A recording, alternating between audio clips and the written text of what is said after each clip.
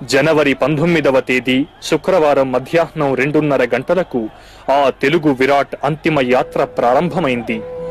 పూలతో అలంకరించిన వాహనంపై ఉంచిన నందమూరి భౌతిక కాయం అంతిమ యాత్రలో పాల్గొనడానికి గుమికూడిన ప్రజావళిని కదిలించి వేసింది.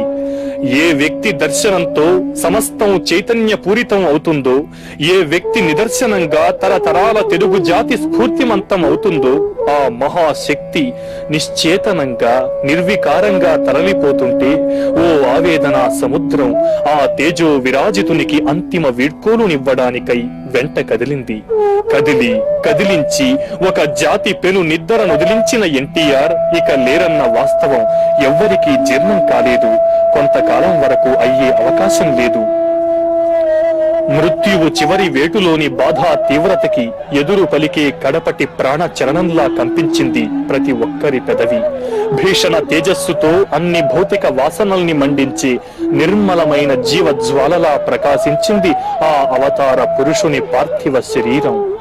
ఆయన నామస్మరణంతో ప్రాణ చలనంతో పులకించిపోయిన ప్రకృతి ఇంకా ఏదో చిరు ఆశతో చిగురిస్తూనే ఉంది. సడిలేని అతని అడుగుల్ని వినలేదా నువ్వు? వస్తున్నాడు, నిరంతరం వస్తూనే ఉన్నాడు.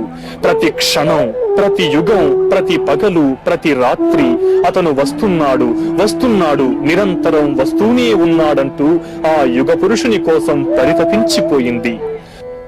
అంతిమ యాత్ర సాగిన దారుల్లో బారులు తీరిన జన సందోహం ఆ మృత వీరుని భౌతిక కాయంపై పూలవర్షం కురిపించింది. ఓ పక్క తమ జన్మాలు ధన్యమయ్యాయని వికసిస్తూ, మరో పక్క ఆ పుష్పాలు విలాపాగ్నుల్లో దహించుకుపోయాయి.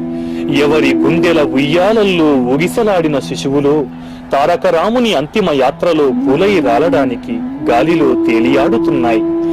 ఏ తల్లి కోసం ఎన్టీఆర్ తన జీవితాన్ని పణంగా పెట్టారో, ఏ తల్లి కోసం ఆజన్మాంతం అహరహము పరితపించిపోయారో ఆ తెలుగు తల్లి విగ్రహం ముందు నుంచి అంతిమ యాత్ర సాగుతున్నప్పుడు ఆ కల్పవల్లి కన్నీరు మున్నీరైంది.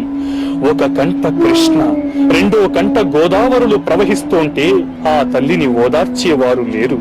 4 దిక్కుల నుంచి ఉబికొచ్చిన జనవాహిని లేవు తల్లి లేవు లేవిక, జన చైతన్య స్ఫోరకాలు రావు తల్లి రావు రావిక, ప్రతి పూట ఉత్సవ వేడుక ఊరేగింపులు అని మనవి చేసుకుంటే అనుంగు పుత్రుని కోల్పోయిన తెలుగు తల్లి కడుపు కోతతో పుత్ర శోకాన్ని వర్షించింది. ఇక నాకు ఉగాదులు లేవు, ఉషస్సులు లేవు, నేను హేమంత కృష్ణానంత శర్వరిని, నాకు కాలం ఒక్కటే కారు రూపు, నా శోకమ్ము వలెనే నా బ్రతుకు వలె నావలెనే అని రోధించింది. మార్గంలోని తెలుగు కళామూర్తులు ఈ అవిరళ యశో విరాజిత మూర్తిమత్వానికి ఏమని వీడ్కోలునివ్వాలో తెలియక అవాక్కై శిలా సదృశమయ్యాయి. నీ రథ చక్రాల ధ్వని ఇక వినపడదు. రొదతో అరుపులతో వైభవాకర్షణలతో ఎన్నో ఊరేగింపులు వెడుతుంటాయి. వేటిలోనూ నువ్వు కనిపించవు. వ్యర్థమైన వాంఛలతో గుండె పగిలేటట్టు ఏడుస్తూ మేమిలా కాచుకునే ఉంటాం అంటూ విషాదాంతమయ్యాయి. బుద్ధ పూర్ణిమ చేరుకున్న అంతిమ యాత్ర ఒక్క సెకను నిట్టూర్పు విడిచింది. వాహనంపై నుంచి నందమూరి తారక రామారావు భౌతిక కాయాన్ని ఆయన తనయులు విషన్న వదనులై గంధపు చెక్కలు పేర్చిన చితిపైకి చేర్చారు. దిగాలుగా ఇదంతా గమనిస్తున్న దివిజనులు హఠాత్తుగా నోరు విప్పి, నువ్వింత తొందరగా వస్తావని మేం ఊహించలేదు, అయినా నీకు ఘన స్వాగత సత్కారాల ఏర్పాట్లు వేగిరం చేస్తున్నాం, నీ సరిజోడు మా సూర్యుడు నిన్ను తోడ్కొని వస్తాడు అని నివాళులర్పించారు. వివిధ రంగాలకు చెందిన విఖ్యాతులు భారమైన హృదయాలతో అశ్రు నయనాలతో అంతిమ వీడ్కోలునిచ్చారు.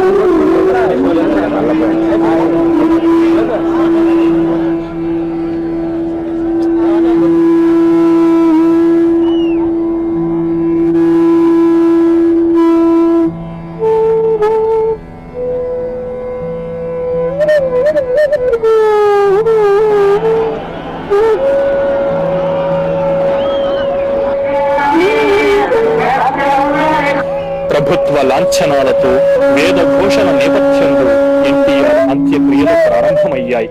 ఆయన పెద్ద కుమారుడు జయకృష్ణ చితికి నిప్పంటించారు. ఆ చితి మంటల చిటపటలో ఓ స్వరం గొంతు సవరించుకుంది. మరో ప్రపంచోత్సవానికి నాకు ఆహ్వానం వచ్చింది. నా బ్రతుకు సఫలమైంది. నా కళ్ళు చూశాయి, నా చెవులు విన్నాయి అన్న గేయం వినిపించింది. కానీ జన సమూహం ఆశాశ్వాసలని విశ్వసించింది.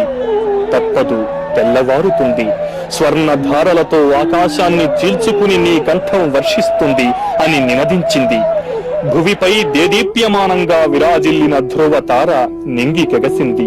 తారాపథమంతా దివ్య తేజస్సుతో విరాజిల్లింది. దివిపై తనకు ధీటుగా ప్రకాశించడానికి బయల్దేరిన క్రాంతికేతనం ధాటికి బెంబేలెత్తిపోయిన సూర్యుడు ఉక్రోషంతో ఎర్రబారిన ముఖంతో పడమటి కనుమల చాటుకు జారుకున్నాడు.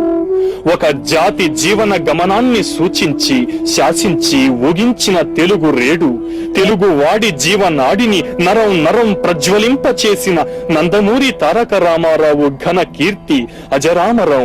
ఆ చంద్ర తారార్కం చరిత్రాత్మకం, ధరిత్రాత్మకం.